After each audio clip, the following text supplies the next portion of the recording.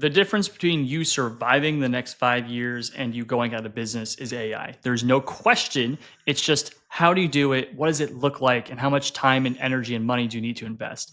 In this conversation, I brought on Brandon Parker, founder of Land AI. He's been a client of ours for over a year now. And we have recently rolled out a finished AI product, a land AI agentic land caller, or Brandon, you'll tell us more about that, where he's been able to increase his efficiency, capacity, results, profit, revenue with this product for his lead gen service. So if you are someone that wants to build AI, don't know where to start, this is going to be a great demo because that is exactly what we're going to show you. I'm going to demo live on this call what that looks like. So Brandon, for anyone that doesn't know you, who are you? What's Land AI? My name's Brandon, founded Land AI. We started with a call center and I've built a call center for almost 3 years. The bottleneck that I encountered was it's actually easier to generate leads than it is to sort through them. So as a call center, we were able to generate hundreds of leads, pass those off to our clients. Our main churn was coming from clients saying, hey, we have too many leads. We have to pause and sort through these leads. So I became obsessed with the idea of what's it look like to actually pre-qualify these leads instead of just handing a bunch of garbage to our clients. And over the course of a couple of years, we built systems to pre-qualify, but not until AI came out and conversational AI got good enough did we find a really solid solution. So now what we do is we still capture leads with cold calls. Now we live transfer them to a conversational AI that we built on the back of thousands of these sales calls. And it's trained to pre-qualify the leads on timeline, motivation, and the price that they want for the land for sale. And so now we're only sending through about 20% of leads get pre-qualified, and we send those to our clients. And so we became 5 times as efficient as we were previously and solved that bottleneck. It's a really exciting use for AI. And what does 5 times more efficient mean? Because what I'm talking to agency owners and founders about is exactly that. You're going to be able to move faster, get more done, increase profit, increase margin, like make more money, like literally all the things we want. And the question is like, what are the lever points? Like when you say 5 times more efficient, what's that actually mean? So in the past, we were sending 100 leads to our clients, and they had to sort through all 100 leads to find one deal. Now we can pre-qualify them with AI, and we send 20 leads to our clients, and they get one deal. And so it's 5 times, we're saving our clients 5 times the amount of time.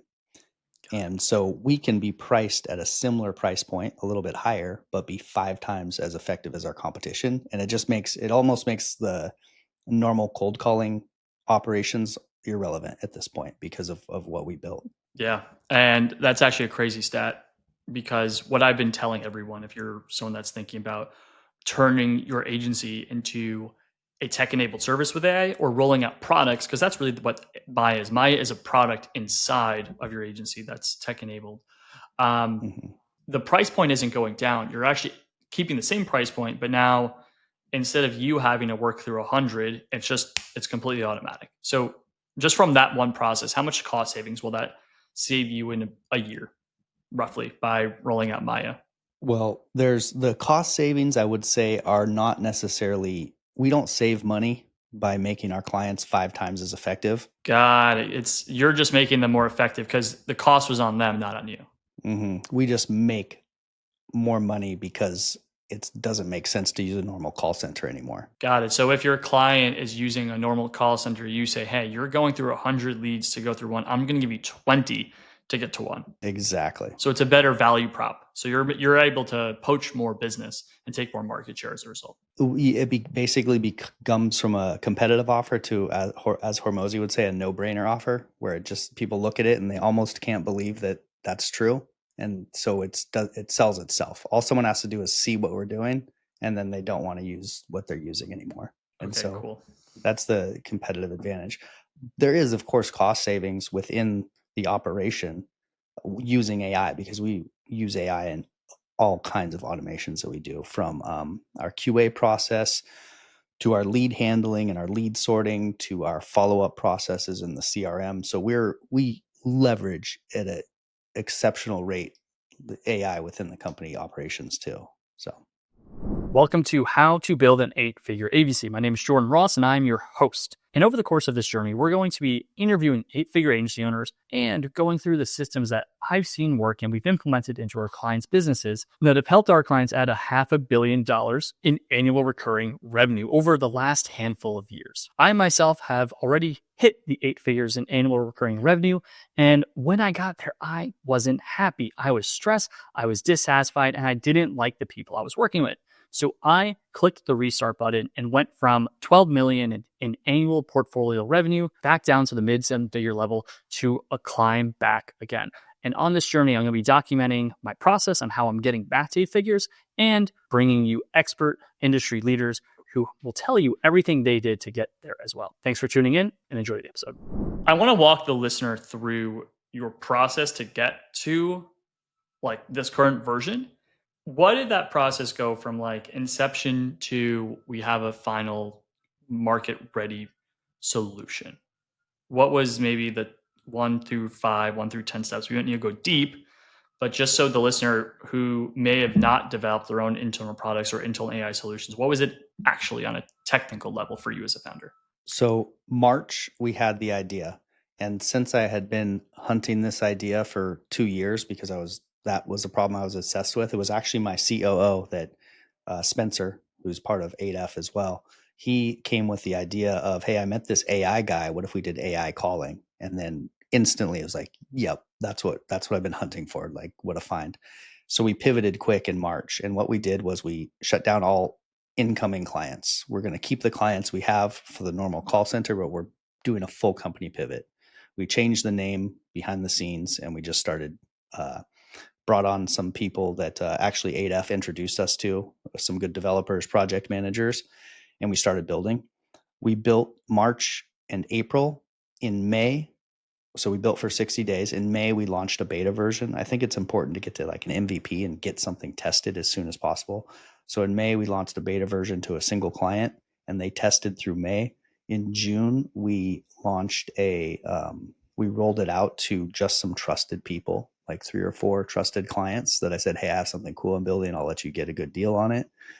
We ran that through June. And then in July, we did kind of a soft launch to more trusted clients, but more of people. It was more of a finished project. So we're charging. Now we're just giving them closer to market rate.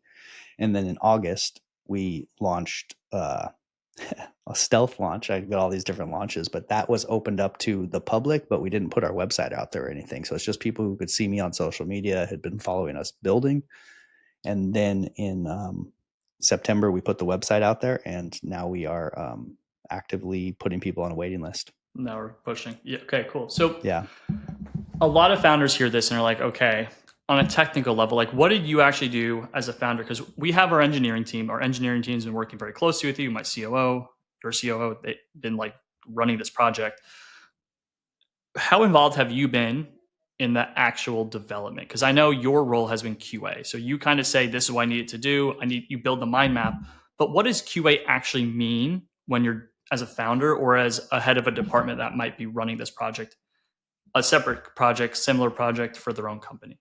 What did it actually mean tangibly? Well, first, if you're doing a pivot like we did, my whole thing is like I need to be hands-on with this to the point that I built it myself. And so I built the process and of the actual conversational AI. And so the reason I did that is because So does that mean like you map it out, you give it to your engineer? Like what does that mean when you say build it? no, that means I actually built it, and then the engineer would tweak it, and when things broke, he would fix it. And so the engineer, so there's 2 parts of it. You have to engineer conversational AI in 11 labs, and that's just vibe coding. So that comes down to knowing the sales process, knowing the sequence, knowing just how to do semi-sophisticated prompting. It's not a full stack engineer. It's a vibe coder type thing. And so I was the only one who could do that because I have the kind of institutional knowledge of what it takes to close these deals. So I went full time, black out the windows and go 8 hours a day for 7 days a week until it's done for, a month. And we got that part and then would go back and forth. The engineer connected everything on the back end. So I couldn't have done it without someone hyper technical on the back end, making sure this all works. But the logic as to the conversational I had to be really hands on with, because that's the whole company. Yeah, so you build the logic, and then talk to me about QA. So like we launched this thing. How many calls did you take? What did it how were you like what was QA process like?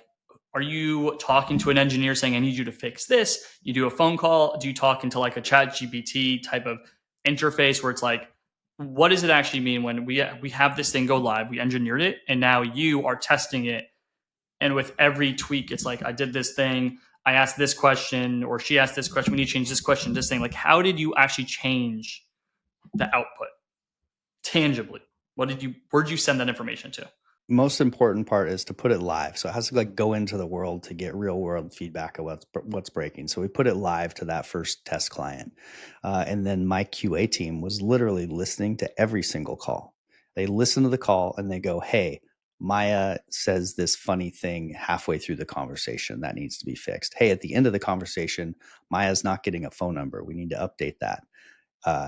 That feedback is coming in every day. And so what I told the team was we need one improvement every day. Maya has to get one. We need to change and update one thing every day. So that fast feedback loop was the most important thing we did. And where does that go? Who are they telling, by the way? So they find that edit, and is it in a Slack message or just saying it to an engineer? Like where's it go? It goes into a Slack message, and then we have a daily sprint every day. Cool. And so that Slack message, I'm monitoring. I'm making, if it's depending on the change, I'm editing the conversational in 11 Labs. And if it's something technical, like, hey, the data didn't hit the right spot in GHL or something technical, then the engineer is fixing it. Got it. And then cool. we're meeting on the sprint the next day. Here's what we fixed. Here's what we have to do next. And then the team listens to the calls all day. A lot of times they're going to find 2, 3, 4, 5 problems. Then me and the engineer, depending on who, will fix it.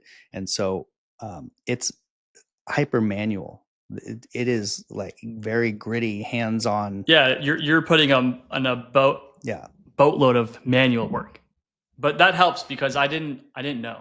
Yeah, there's no automating that. Like there's no automating like a building of technology in that way, because you got to get your hands super dirty to build it.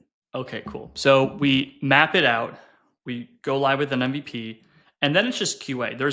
Because if I think about the 7 or 8 figure agencies that we're going to be working with on projects, they're always at the biggest FAQ is, well, how do we actually go live? And what I'm hearing is to go live, we need to have some form of daily review of if it is a product or if it is a client facing solution or customer facing solution, some auditing daily, 1 or 2 to 5 edits a day. And you do that in perpetuity until you have a good experience.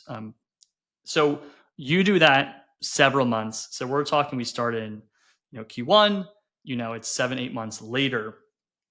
What is your competitive advantage now? So when you think about yourself compared to your market, what is the gap of starting in 2025, 2026? You did it early 2025, so you're first to market. But what do you see your competitive advantage being right now?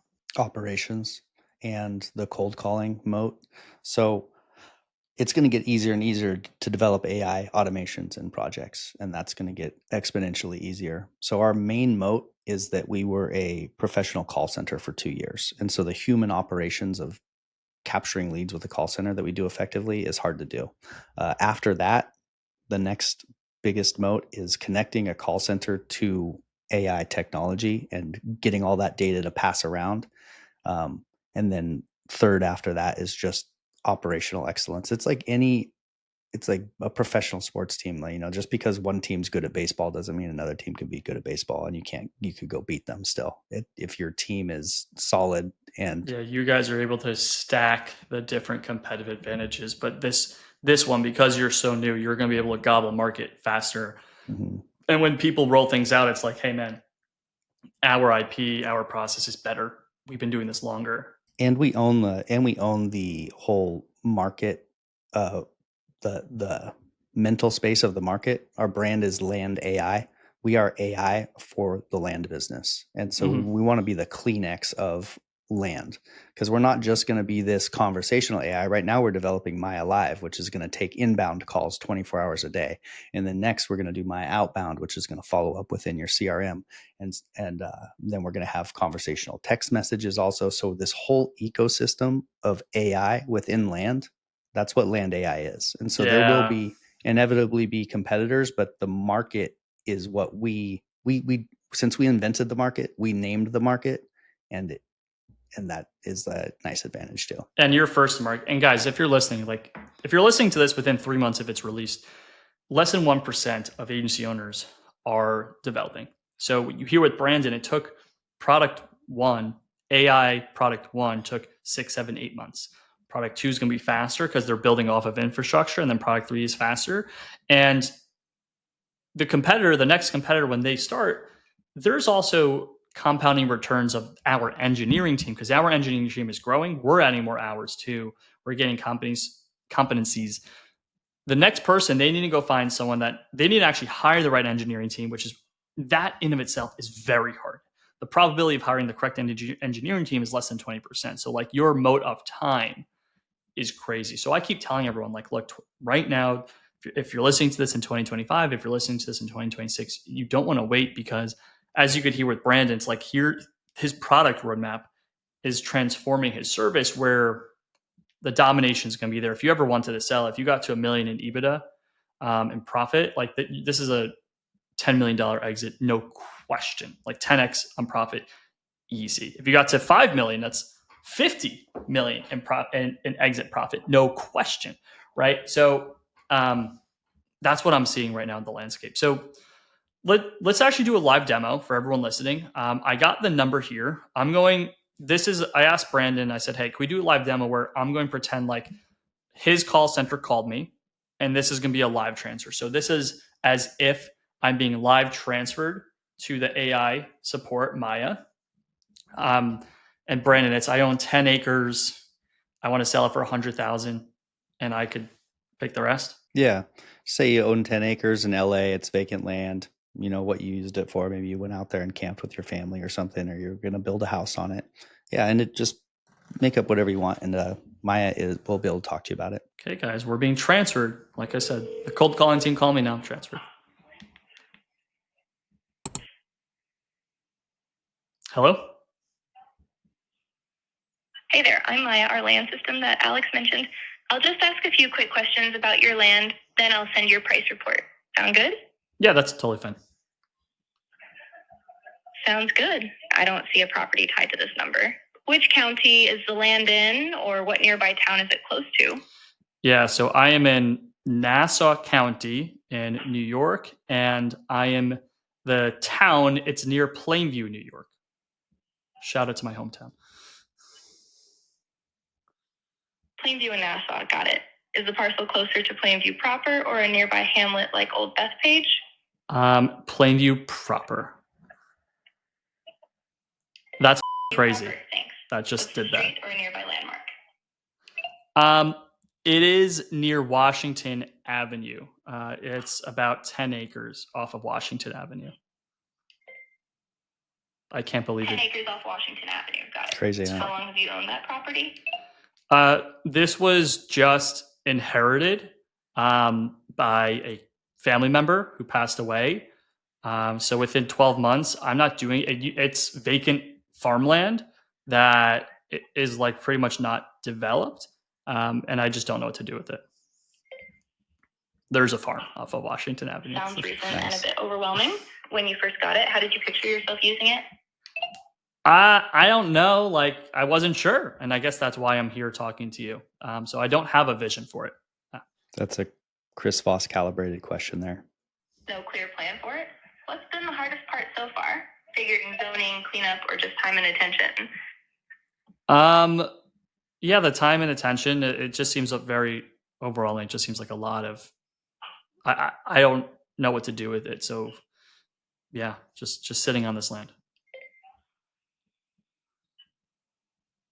Sounds like time is the blocker. Have you been using it at all, or has it mostly been sitting? So it's been used for the last 60 years as farmland. After my relative passed away, I inherited it, and now for 12 months it's been unused and vacant. Vacant for a year after long-term farming.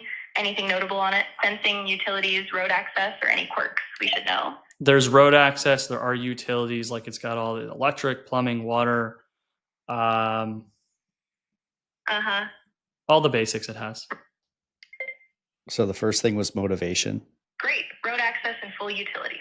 Given all that, what number would feel fair for you to let it go? Even a rough ballpark is fine. I don't know, $100,000 to $200,000. I'd probably say in that county it's millions, but for the sake of the demo. All good. Totally get it. 100K to 200K.